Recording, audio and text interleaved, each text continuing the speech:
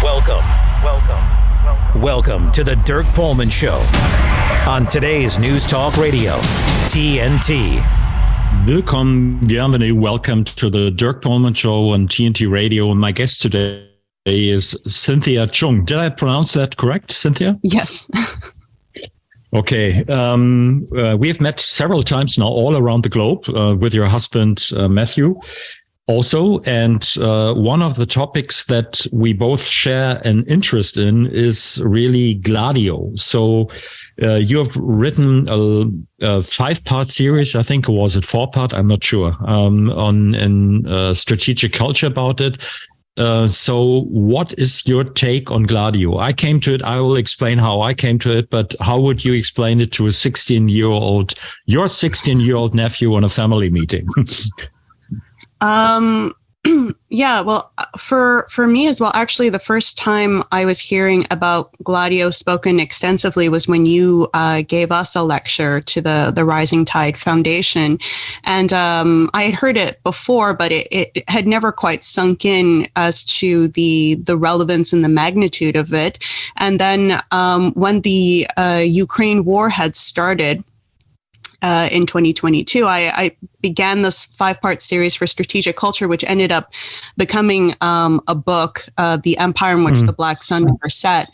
And I came across Gladio again in this research to try to make sense of how we ended up in the situation that we found ourselves with the U.S. pretty much in not even now a proxy war with Russia, but a direct war with Russia in Ukraine. And so Gladio was actually central to understanding what role NATO has actually played since its very origin. And I would say to, I guess, a 16-year-old is that, well, I mean, it's complicated because you also have to understand who were the true sides in World War II, and the story that we are told that we have the good guys, the clear good guys, and we have the clear bad guys is not. Unfortunately, the reality of that war, and that there was basically 2 ideologies that war was being fought over.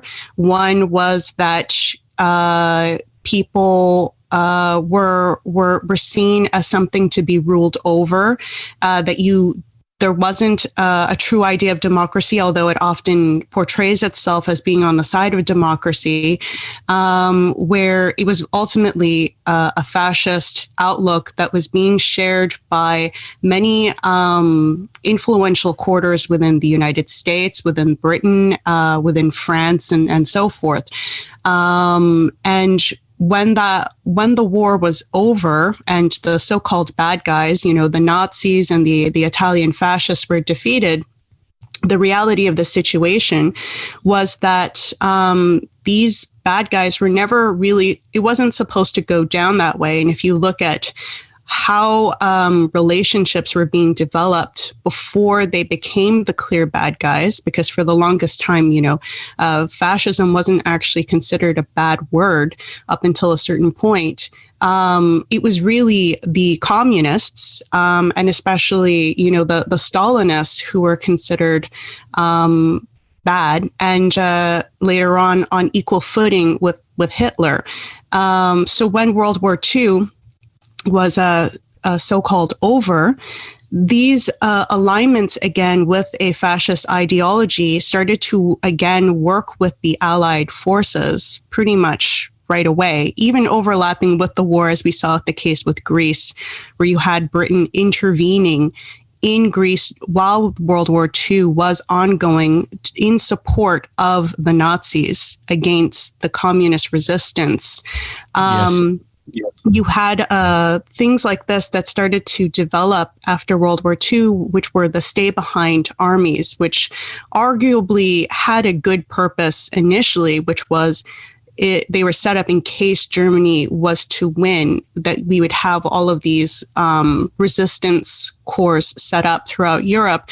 Later on, they were set up in case there was a Soviet invasion of Europe after the Nazis were defeated, which was an ongoing concern of especially Churchill's. And that never happened. And this is where it gets very controversial, where these stay-behind armies were increasingly used to shape democratic policies, democratic leaders. So they were used to basically orchestrate terrorism throughout Europe. They were blamed on largely communist activities, and they were overlapping with some of the communist activities. Although we have to keep in mind, during World War II, it was really the communists, including within Italy, Greece, many other countries, that were the real resistance against the Nazis. And that was the concern, was that after World War II, these were clearly going to be the groups who were going to be elected as to form the governments of these countries. And that's one of the well-documented, the first things that America intervened on was the Italian elections. It was going to be the first elections to occur in Europe after World War II, specifically to intervene to undermine the communist support in Italy. So these stay-behind armies were increasingly used as a form of weapon against the European people in order to blame it on the communists, gain support for a more far-right kind of policy, which is ultimately, leaning towards the same kind of fascist policies that were so-called defeated during World War II. And the people were constantly lied to as to what was truly behind all these terrorist attacks. Italy is the most, I guess you could say, pronounced example of this, with 2 decades of the years of lead. Which was just an ongoing attack on the Italian people, the assassination of Aldo Moro. Daniele Ganser's work is very instrumental in my understanding of this. He did excellent research and made very good points that when the Italian Senate wanted to open up the investigation again with Aldo Moro's assassination after Gladio became known to the public with Andreotti's confession, the Senate was asking for the CIA to basically cooperate with this reopening of the investigation. And the CIA basically refused to. The Senate also realized that when they had reopened this investigation into Aldo Moro's death, that the files were gone. Most of the files went missing. So this has opened up a lot of questions as to what exactly was this whole Cold War period about. And it implicates McCarthyism, COINTELPRO, which is known today as attacking the civil rights movements in the United States. They were found implicated against Martin Luther King's civil liberty groups and so forth, that this was never really about the safety and the security of the Western people against Soviet communism, but was in fact a continuation of a fascist orientation. And these secret armies under Gladio, again, were also shown very clearly in Daniele Ganser's work to be directly tied to NATO. Yeah. That was a tour de force through the history, and I can agree on everything you said there. To me, it became obvious that something was strange with the end of World War II, because we have the case of Italy. Italy is most interesting in this way. That's where it started for me. That you could see that the Americans had the landing and went up slowly, very slowly through Italy northwards, and were meeting German troops. And there was the strange case of Alan Dulles doing negotiations with General SS, General Wolf, German name, I should say Wolf. And this was going on behind the back of Roosevelt, who didn't know about it. But because Stalin had good spies in the intelligence apparatus of the West, he got to know about it. And it was strange because they were meant to be allies against National Socialism and fascism, National Socialism in this case, Germany, and fascism for Italy. But Alan Dulles was already preparing a new game, and that created a very interesting situation in Italy, as you described it. And then you have, of course, there's James Jesus Angleton, who became the counterintelligence chief of the CIA, who was in very direct contact, speaking Italian with with the Vatican, for example, and the situation in Italy. And in Italy, it's also that the American side used the mafia as a possibility to work against the fascist and the German networks. They had their own intelligence and information network, which was the mafia being reinstated. After it went really to the United States, they brought them back, and then they were in there, and then it becomes all a big mess because the mafia is in there in Italy. And as you described, there's this the election, the Moscow at that time Moscow-oriented communists in Italy, which later on became quite independent. They were in the Aldo Moro case. They were already very independent. They were not on the footing of of Moscow anymore. So that is where the American side spent a lot of money to prevent, in case the population would have voted wrong. In their opinion, then democracy would be over and there would be a coup. And so you described all that. That is and I think it's very weird. It's, on the one hand, it's very well known. For example, in the Soviet Union, the most popular TV series ever produced for Soviet TV is 17 Moments of Spring, which is an artistic masterpiece. And that is the story of the secret negotiations of Dulles with Wolf and the Nazis and what the Soviets trying to prevent this. So that was known in the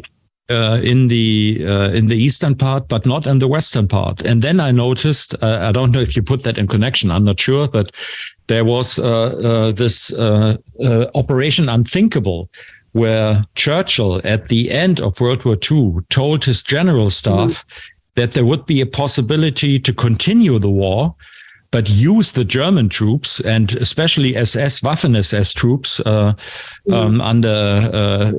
Allied officers to continue the war immediately after Germany had been defeated, to go on towards Moscow. And that was depicted in the newspapers that I could get on the internet as a kind of pipe dream, and they were contemplating it, but it was never more than thought. But a friend of mine, a German documentary filmer, had done a documentary on the SS, and he interviewed Waffen-SS people, and quite a lot of them were offering their situation when they were in northern Germany, herded by the British troops, and they were told, "Look, here are your Panther tanks, and here is your weaponry and your Sturmgewehr 43, which was a very modern thing.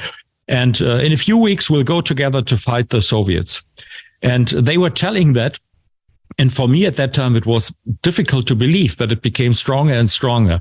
And I don't want to talk on forever, but I have to tell you that for me, it became extremely muddy, that I didn't understand really looking at it, what was going on, because to me, it looked like there's a big toolkit, what powers can use to stay on top of the situation. And it always, it integrates terrorism. It integrates behind the scenes forces. And then I tried to find out who came up with the idea of Gladio. And then it becomes murky again. You depicted it right in your article that the SOE was kind of an early idea. But I also found in the German archive that Otto Skorzeny was proposing what he called overall armies, which is the stay behind concept. for Germany in the war. And so I don't know how you feel about it, but for me, it became, the more I knew about it, the more difficult it was to understand who was dealing with whom because of which ideology. In the end, it seemed to me like a very pragmatic way of trying to stay ahead on power. You make this connection with fascism. So what is your feeling about that from your research? I think that Churchill and Otto Skorzeny had the same vision. So I don't think that there's a contradiction in that. And Churchill didn't have the best track record as a military strategist. Otto Skorzeny definitely proved himself, I think, to be the true mastermind of Gladio, and that's the other thing that should be very uncomfortable for people, which was, at the end of the day, it wasn't even about Anglo-American supremacy, and that it was going to be okay at the end of the day if they were using these Nazis or these former Nazis, if they were going to be in service of Anglo-American supremacy in defense of Soviet communism, which is what the line was. But in reality, it wasn't that case. And, if you look at what made up NATO, the Central Command of Europe, it was for 16 years straight led by a former Nazi. And, there's the case too. What was it in? I think it was in Der Spiegel. They wrote that there was a secret army of veterans of the Wehrmacht and the Waffen SS established in Germany in 1949 that were made up of Nazis. So this and deeply connected into NATO circles. Nazis who were then working for NATO. They were a branch of NATO. So this way of interpreting history, as Matt has a brilliant title for one of his articles, "It's Time We Think About Actually Winning World War II." We really have not, World War II was not won, but rather what happened was the kind of warfare that was being fought was changed strategically. And we're seeing it now reemerge onto the surface so that it's harder to ignore, because for the longest time it went into more of, like, you could say, underground, and also was not announcing itself so directly. But now we're seeing it happening all over again. And, NATO has very questionable actions in terms of provoking this war in Ukraine that is not showing, any signs that the West is going to relent, even though for the longest time it was being reported that, you did clearly have neo-Nazis in Ukraine that were had all types of extremist activity that were very dangerous. With the American government, with Victoria Nuland, with the "fuck the EU" speech, even showcasing that they were involved in bringing in these neo-Nazis into the Ukrainian government when the Ukraine people themselves were not in support of these people. And I found this out too in doing my research. There was a massive declassification of Nazi records and Japanese fascist records at the end of the 90s. David Talbot's book, The Devil's Chessboard, he used a lot of that information. And we realized with that information that what was I? I totally lost the track of my mind. What was I speaking of just now before I mentioned the records? I have so much in my head that it's hard to keep it all in. Yeah, let's take the chance. We'll have to take a break anyhow, and we get back to the talk in a few minutes. You should hear what Alan Miller is talking about. Should it be paused now, this whole procedure? Because it was brought in emergency measures. There are side effects, albeit they might be small, but that's small in terms of numbers. But if you're one of the small people, statistically over the hundreds of millions of people that have taken it, there's many people that have got side effects. Here in Britain, we've had people that many of them haven't been paid out yet, and many more are being ignored. What's your view on this? Because such a large fraction of the population have already had COVID and recovered, the marginal benefit of the vaccine is smaller than it once was. Let me just unpack that. If you've had COVID and recovered, you have quite good immunity. Getting the vaccine, there's no direct evidence in terms of a trial for this, but it looks like it might reduce your risk of dying from COVID a little bit. Even if you're older, if you've recovered from COVID, you have excellent immunity already. As you say, Alan, I think the serious adverse event rate is actually, it's higher than most other vaccines in widespread use. There's a lot of dispute in the literature about this. But in any case, too high for something where there's a marginal benefit that's small. Alan Miller and today's News Talk Radio, TNT. You're invited to join the pilgrimage to Bath, United Kingdom this June, where we will unveil a better way for health, freedom, and sovereignty. The Better Way Conference is a 3-day solutions-based conference with more than 50 expert speakers from around the world. Our Master of Ceremonies, Neil Oliver, will take us on a journey through 8 inspiring conversations, addressing the issues that matter most to individuals and families around the world right now. Hear from speakers like Dr. Pierre Corey, Matthias Desmet, Dr. Vandana Shiva, and other leading international minds as we continue to co-create a better way forward. Panel hosts include James Corbett of The Corbett Report, Richard Vobes, The Bald Explorer, and the New Americans, Veronica Karolinko, and many more. Wherever you are in the world, you can join us in person or online for less than £40 or $50 for the full program. Get your full conference, single day, or virtual passes now at betterwayconference.org. Please join, share, and collaborate with us as we create a better way for a better world. This is the Dirk Pohlmann Show on today's News Talk, TNT Radio. Okay, this is Dirk Pohlmann again and at the TNT Radio Show with Cynthia Chung, and we are deep into Gladio, the story. And you were mentioning that I listened up when you mentioned the German and Japanese records. That was a major undertaking to publish that. And I did a documentary that was called Ready. There is an English version of it. In German, it's what we call Ready for Service.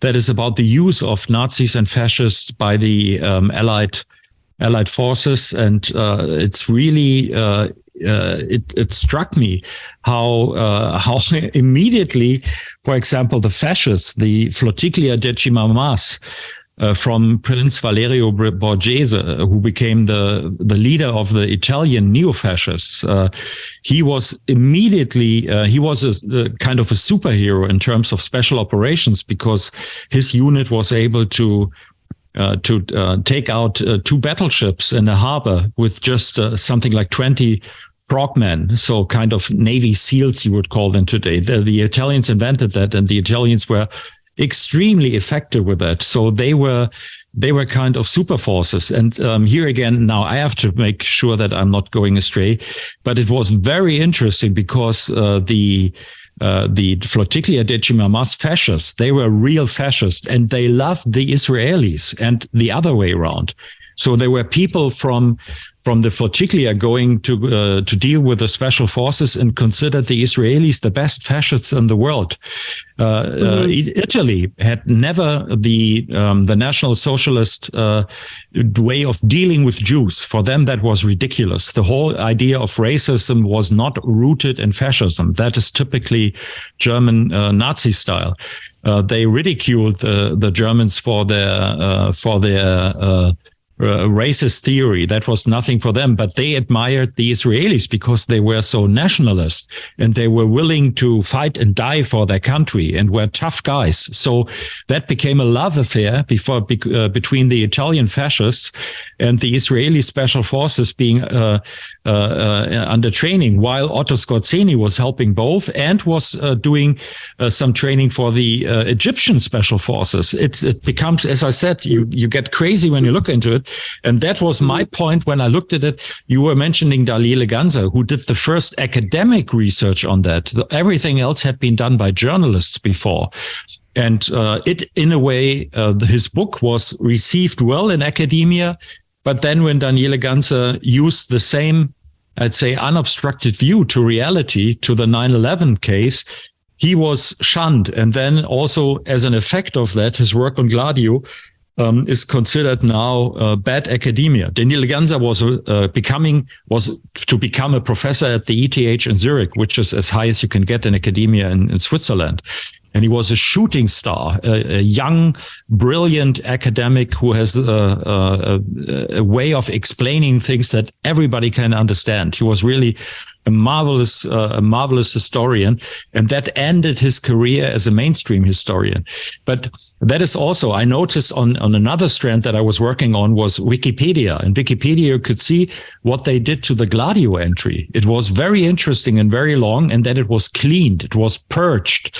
So not only clean, it became kind of the official narrative. And if you wanted to look what really happened, then you had to go into these strange stories, which never really surfaced. And then on another occasion, when I researched the work of Gladio in Sweden, I mean, they were all over the neutral countries, the so-called neutral countries. That was Sweden, it was Austria, it was Switzerland, and it was Finland, where they were very strong, especially in Sweden. And I talked to a state secretary, retired, was a social democrat, and he was in NATO, the German connection person to Gladio. And he told us that there had been two conferences regularly, one for the Gladio network in NATO countries, which was not terribly interesting, he said, but much more interesting was the conference which included the so-called neutral states. And then you could see that Gladio was becoming a kind of prolongation of the possibilities of NATO into neutral countries. I mean, Sweden was, since 1960, there was no military planning that didn't involve NATO. And you were talking about Ukraine before you stopped and said how Victoria Nuland was using, again, these old Nazi networks. And that is striking for me too, that you could see that obviously working together with Nazis, it could be the end of your career, or it could be the beginning of something very different, because the Western side worked with real Nazis. I mean, they're not only neo-Nazis. If you look into their writings, they have everything that defines a Nazi, including the racist theories, the dismay for any kind of voting for elections, for having a hand risen or take the majority vote or something like that. So that suddenly became, and that year it becomes very, very strange again. Igor Kholmotsky, who was financing the Azov brigades and a lot of these right-wing things, he's a Jew. So why do they work with Nazis? Yeah. And then you have the German Green. He's the one behind, he's the Zelensky backer as well. I wanted to just also say, go ahead, Cynthia. I was bragging along, but I think it is because it's so complicated. No, I know, because you yourself are an authority on the subject as well. But I just wanted to say, because before the break, I had forgotten why I had brought up the declassification records, and it was to bring up that the CIA, Stepan Bandera is a big name. Mykola Lebed is, just as big in terms of the being responsible for the Ukrainian, pretty much Nazis. There's some people try to claim that they were not Nazis, but they even though there was some fighting with the German Nazis, they were ultimately seeking to work with the Nazis, and they did work with the Nazis. And then eventually Mykola Lebed was given safe haven by the CIA directly under Alan Dulles, and the CIA started Operation Aerodynamic, which was to use Lebed to continue to funnel this kind of extremism and radicalism within the media, within academia, within the journals and so forth within Ukraine. While it was supposedly under the Soviet Union, this was still happening. And it was to continue this radicalization because they always viewed Ukraine as a Cold War weapon to be used. They don't care about the Ukrainian people. They saw an opportunity. There was also revisionism of Ukrainian history to promote this idea. This is why you see the trident symbol that's often mixed with Nazi symbolism within their paramilitary groupings, and and such, is because they think that their golden age of the Kievan Rus period was them being the true ethnic representatives of that, and that, the Russian people, the Belarusian people are not the true ethnic upholders of this. They're like contaminants, and the only way that Ukraine can reach greatness again, which is very similar to the German interpretation as well, was that you had to have ethnic cleansing of your country to have that greatness of your country come back. But as we see, you brought up the point of Kolomoisky, who has a very high, standing within Israeli institutions, who also is a heavy organizer into not just the backing of Zelensky and Azov funding, but he was also tied into the Malaysian airline that was shot down. That was apparently an airline that he owns. And so we increasingly see that a lot of the dangerous things, you also actually see this, interestingly enough, in any kind of like terrorist activity. Matt has done a very good overview of how within Canada and the United States, if you were to look at all of the so-called terrorist activity that was thwarted by the FBI or the CIA, you can see that they got to a certain level of threat because of direct intervention by the FBI and the CIA to make the thing possible.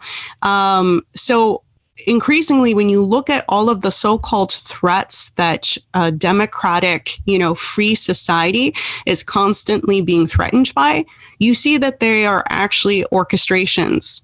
Hardly anything is organic. Even like the serial killers, like Charles Manson, you see is tied into MK Ultra projects. So many, or the Unabomber, it was also another MK Ultra subject. It's not coincidental that actually most of the terrible things that are just on such a level of monstrosity that it starts to make us wonder, like, what is human nature? How can these things happen? Why are there such crazy ideologies? They've been manufactured by the same sources. Or when you were bringing up as well the mafia situation in Italy, which it was an organic thing organic in the sense that it wasn't the Americans that made the Italian mafia, but at a certain point, they had incorporated the Italian mafia into the Gladio arm, and the OAS-2 of the renegade French intelligence military branch 2 that tried to overthrow de Gaulle, they also became incorporated within the Gladio arm, and they were involved in high-level assassination networks, including involved in Kennedy's assassination. So you look at this kind of stuff that's happening. It's all tied into the same structure. It looks at first, because we're given these very superficial, simplistic definitions of what is a fascist, what is the defense that the Americans have of, like, you can kind of do evil onto other countries because it's in defense of freedom, is actually, when you look at some of these kind of fascist ideologies of, like, how to justify what you're doing, it increasingly is not that different as an ideology if you lose yourself in justifying these kinds of violent methods, which we're seeing today. Like, since 9/11, there's been an increase in removing civil liberties, and that this is a justification because we just have too many bad people out there. We just have too many crazy people. We're at a point now where we're not even allowing freedom of speech, which was supposed to be one of the fundamental things you have in a free society. We can't even have freedom of speech because you just have too many crazy people, that we can't have these people spreading their craziness everywhere. And this is now the idea that increasingly civil liberties is justified to be removed. Well, we are increasingly moving towards a totalitarian system that was the whole reason why we were allowing all these terrible things supposedly to happen, like McCarthyism, which was in defense of freedom. So it's like a big ruse. It's a very long-winded way of returning back to what is the same thing that was trying to be implemented during World War II. And people have to realize that that, yes, it is quite complex with all of the different, components and parts that are being used, but it gets increasingly more simple when you look at what is the bigger picture that all of these parts are being used for, and it's towards the same goal, which was the same goal during World War II. And I have a chapter in my book, The Empire in Which the Black Sun Never Set, where I go over how the level of support for British fascism within Britain. So when I said that Churchill and Otto Skorzeny were not actually opposites in their ideological viewpoint, I was very serious about that. And Oswald Mosley, he was talking about basically the same sort of. You have to explain. I think Oswald Mosley is the British Nazi guy in Great Britain trying to have a Nazi party. So he might not be known to everybody. Just to yes. Yeah, and he was talking about, Gladio networks as well. Gladio is just the name for, Italy's Gladio, and it just ended up being used for everything. But he was talking about this kind of setup. You find out, too, that Kalergi with the idea, this might be controversial for some people to hear, but the idea of a European Union, right? This was first proposed by Kalergi in 1923, a pan-European movement, and it always had Kalergi made he did not shy away from him being pro-fascist in his several autobiographical works. He said that the tragedy of World War II was that Mussolini was thrown into the arms of Hitler, and if we had been smart, we would have worked with Mussolini. And he didn't see a problem with that idea for Mussolini. The same thing as Maurice Chal, or not Maurice Chal, I forgot the guy's name, who was a big leader in France too, in terms of the fascist movement there. So it was actually quite mainstream. It only became controversial as Hitler increasingly was the one to represent the fascist brand. Yeah, I think definitely. I wanted to throw in one thing which I can add. When I did my documentary on the use of Nazis and fascists, I had an interview with Christopher Simpson, who had written the first, really as a journalist, the first work on this whole topic of the use of Nazis, fascists, and scientists. So the influx of Nazis and fascists into the American system, which is Blowback, his book. And he was part of this, of the network, or how would you say, of the commission, who was supposed to find out which of the files about the German and Japanese war criminals that we used for intelligence purposes, which files would be published. And I have to resort that the guy who was heading the German FBI, which is the BKA, it's called, was Otto Dickkopf, who made his career as an alleged fighter against Nazism, that he fled in World War II to Switzerland to work with the Americans. What was true is that he worked with the Americans, but he was sent there by the Reichssicherheitshauptamt, through the SS intelligence service, and he used his cover story. The cover story that he told to other people, he used after Second World War in Germany to make a career there. He was an SS officer, and one of his buddies from Oranienburg, from the SS unit, were all over the BKA. About, you could say, 2/3 to 3/4 of the highest people were really SS ranks, who had done terrible things in World War II.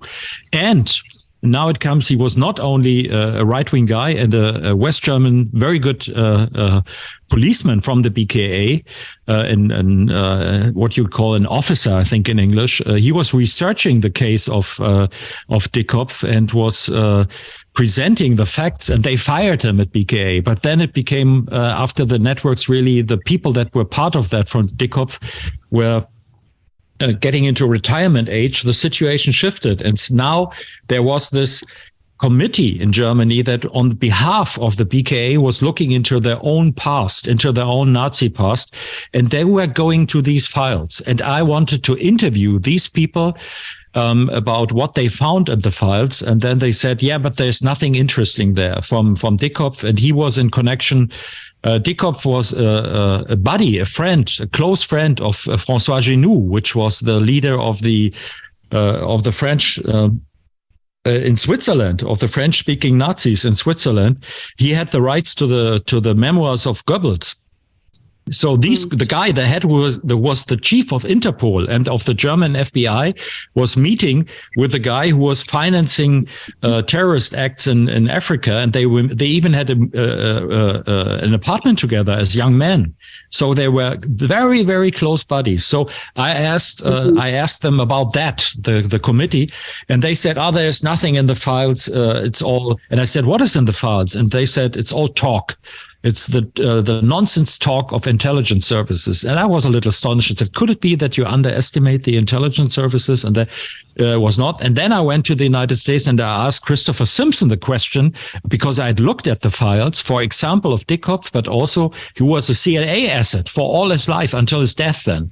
Yeah, he was working for the Swiss intelligence in World War II, for the German intelligence in World War II, and for the Allen Dulles directly in World War II. He was a triple agent, and then he became an agent for CIA while he was the German head of the FBI. So I asked Simpson, what happened to the files? Because it's really, if you read it, they're not terribly interesting. This can't be the full story.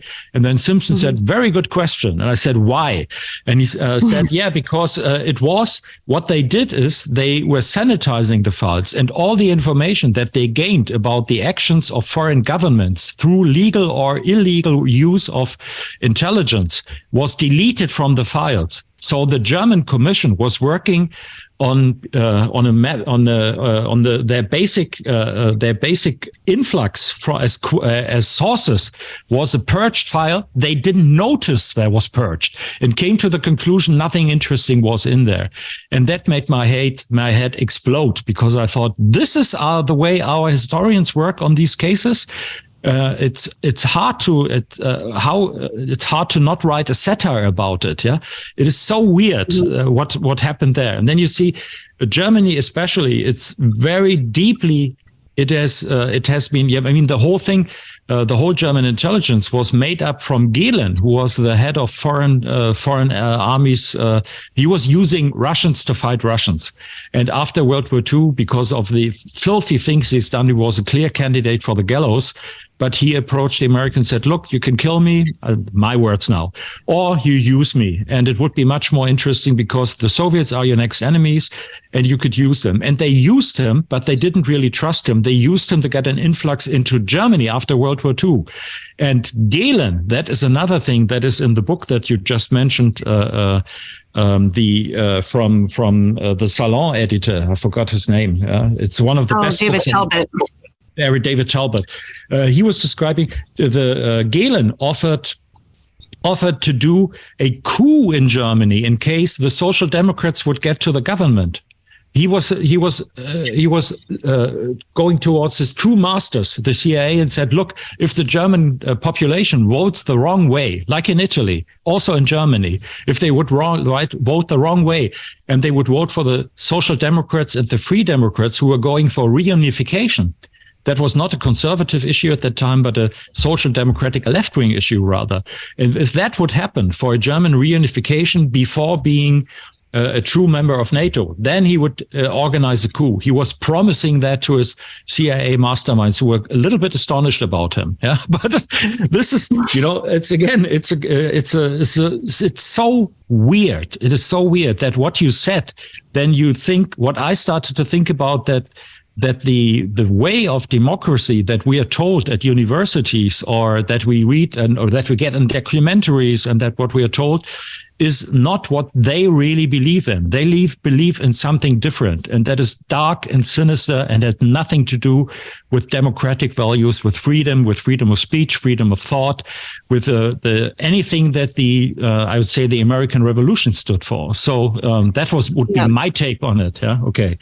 And I think the tragedy, and I agree with you, I think the tragedy here is that this is why Daniele Ganser got attacked, because he he broke what was supposed to be the unsaid rule in academia that as a historian, you're allowed to talk about all of certain kinds of dark secrets in our history, but you're not allowed to try to apply then what you've learned to question, well, what is operating the present structures of today if those things were never addressed fully or corrected? Like the line of Gladio is that, oh, well, it was dissolved. And, at the beginning, Andreotti, when he was first coming out talking about this, he said, oh, it was dissolved in the 70s. And then it was realized that it was still ongoing. So now we're told like, oh, yeah, well, it was dissolved after that, then in the 90s, mid 90s at some point. But the reality of the situation is that nothing has changed. So all of these terrible things that, we've learned about in terms of the kind of undemocratic things that have been going on during the Cold War, these things have been ongoing. So if there has been this massive track record with the CIA, Gladio branch of NATO, and British intelligence is involved in this, Israeli intelligence, German intelligence is part of this. Everything, pretty much all of the intelligence centers have been taken over to service this. If they were already intervening in all of these elections in a very undemocratic way, in various ways, including using terrorism, but they were also using hard and soft assassination techniques. They were using conspiracy back then to try to say, oh, this person is a Soviet puppet, a stooge, because if they don't agree with the hard line against Soviets, if you're not for war with Russia, then you must be a stooge of Russia, right? Mm-hmm. If these techniques they've been shown that they were undemocratically intervening in election processes, why would we think that it's not happening today? And that's the big question, because especially in the United States, this has been an ongoing thing now for almost 8 years, where they've been, claiming that Russia has been intervening in their election process. Now they're talking about China intervening in their election process. They should really understand that it is the very apparatus that has been claiming to be defending the Western people, including the American people, against Russian infiltration and increasingly now Chinese infiltration. They are the ones who have a decades-long list of intervening in election processes throughout the world and assassinating its democratically elected leaders. So people have to really confront this ugly reality and not just talk about it as this, a historical thing, but that this is still something that needs to be addressed. Otherwise, we are going to continue into a direction where we will have less rights. We will have less civil liberties that we were supposed to be defending this whole time. We've lost our way, the West, in claiming to be supporting these values as like the most important values. Yeah, let's get to the ads one more and then get back to this very important topic. Give Me a Minute with TNT Radio's Steve Malzberg. This past Wednesday, the Florida Board of Education did what Governor Ron DeSantis wanted them to do. They expanded the existing restrictions on the grooming of children in Florida schools. The law in effect, which is constantly referred to by the loony leftist media as the Don't Say Gay bill, which is outrageously misleading, on purpose, of course, currently bans lessons on sexual orientation and gender identity from kindergarten through grade 3. The new provisions would expand that to include grades 4 through 12 for the most part. And the left can't take it. Listen to actress Patti LuPone on The View reacting on Wednesday. I've said this before, and I'm going to get in trouble. But I have said this before, and it's been in print. I don't know what the difference between our Christian right and the Taliban is. I have no idea what the difference is. You're not the only person who has said that. I just don't know what the difference is. Yeah. What's happening in this country right now in the name of religion is so dangerous. Yeah. And it's not this country. It's not American. Well, Whoopi, then they are as sick and twisted as your guess. Most Americans can tell you that among other travesties, the Taliban has barred women and girls from secondary schools and universities. Patti LuPone is either a plain idiot or a very useful one. Thanks for giving me a minute. I'm Steve Malzberg for TNT Radio. You're the one, baby. You're the one. Oh, yeah, baby. No, seriously, honey, you're the one. Oh, yeah. You're the one for me. You're the one who's going to carry our baby. Yeah. You're the one who's going to go through all those intense hours of excruciating, painful labor. Not me. You're the one who's going to deal with those smelly, dirty diapers. You're the one who's going to have to pull herself out of bed at 3 a.m. because the baby is crying out to be fed. And you're the one who's going to have to find daycare so you can go to work to pay for all the stuff the baby needs. You're the one. Still think having a baby as a teen is a good idea? Yeah, baby. You're the one. You're the one who's going to have to make sacrifices. Yeah. Go to babycanwait.com to learn how to prevent teen pregnancy. This message brought to you by United Way of Greater Milwaukee. You're the one.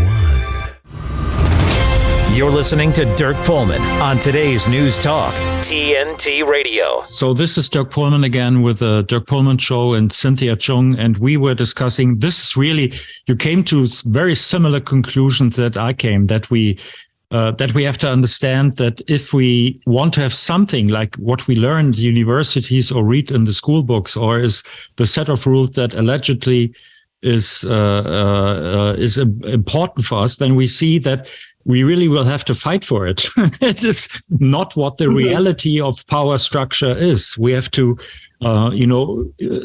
just like we do now, by researching that and get together, and that would include people from Russia and China to understand what's going on there. We have to get on a new level of understanding of the what is behind the curtain, how the real mechanisms are done, which is not what you hear in normal mainstream media. I call the assassination of Kennedy not being solved the original sin, and then you have 9/11, and now we have in Germany Nord Stream 2, which is handled the same way.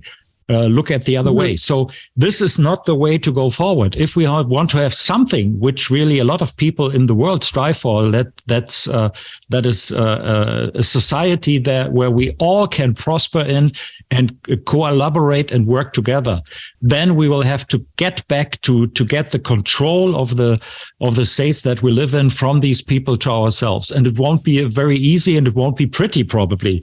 And to me, it was maybe a strange connection, but the COVID case was, like living in a surrounding which includes bacteria and viruses, means that you live in there and they are capable to deal with it, and they were part of human evolution. And then they depicted that as being something that has to be fought. We have to fight for it. We have to declare war on viruses and bacteria. And that's bullshit. Dirk, they even claimed that the typical flu was eradicated and we only had COVID as like the crazy, level of, For me, it became part of this weird scheme where you're not looking into what reality is. And that is the same for the states, that we need this, we need the possibility to speak out against governments. And a good government would be wise enough to accept that, because that's the method of how we clean up our messes. And that's all gone. We have to get back to that if it is supposed to work for my children or my grandchildren. It's kind of maybe too late for that, but I think it's not what it was supposed to be. And the first thing for people is to understand, and they will not be helped by the people who brought us into this mess. Yeah, I think that it's gotten to a point where journalism, it's pretty difficult to do any kind of real journalism now. And one thing that people can kind of think about as a way, because it's difficult maybe for the average person to think, how do I get involved in such a massive situation? And it's really to just not go along with a narrative without really looking into, well, why do I think this way, or why are they encouraging me to think this way? Maybe knowing some of the inconsistencies that someone is aware of historically. I think they just play on people's the fact that we have unfortunately been too divided by a huge chunk of the world. The Western people don't understand very much about, I would argue, the majority of the world's population. And that's a big problem. We don't know very much about how people live in Asia or in Africa or even in South America to a large degree. And we don't know what are these people going through? What are their concerns? How are they viewing the actions of the West? And this Cold War thing, part of what I believe was organized for this was that there was actually a natural partnership that was forming. You had within the United States the process of, with the Centennial Exhibition with Henry C. Carey, where, the United States had become an industrial leader. And so you started to see Henry C. Carey networks within Russia, within Japan, within China, within Germany with the Zollverein, with Friedrich List, that were instrumental at developing national sovereignty. Germany as well at the time was not a sovereign country either, and was it really still isn't. Cynthia, I have to cut you off at this point because we ran out of time. I think to make sure that doesn't look like censorship, we will continue with this on another day. And it was a great pleasure for me to talk with you. So goodbye to everybody, and we do that again. All right. Thank you, Dirk.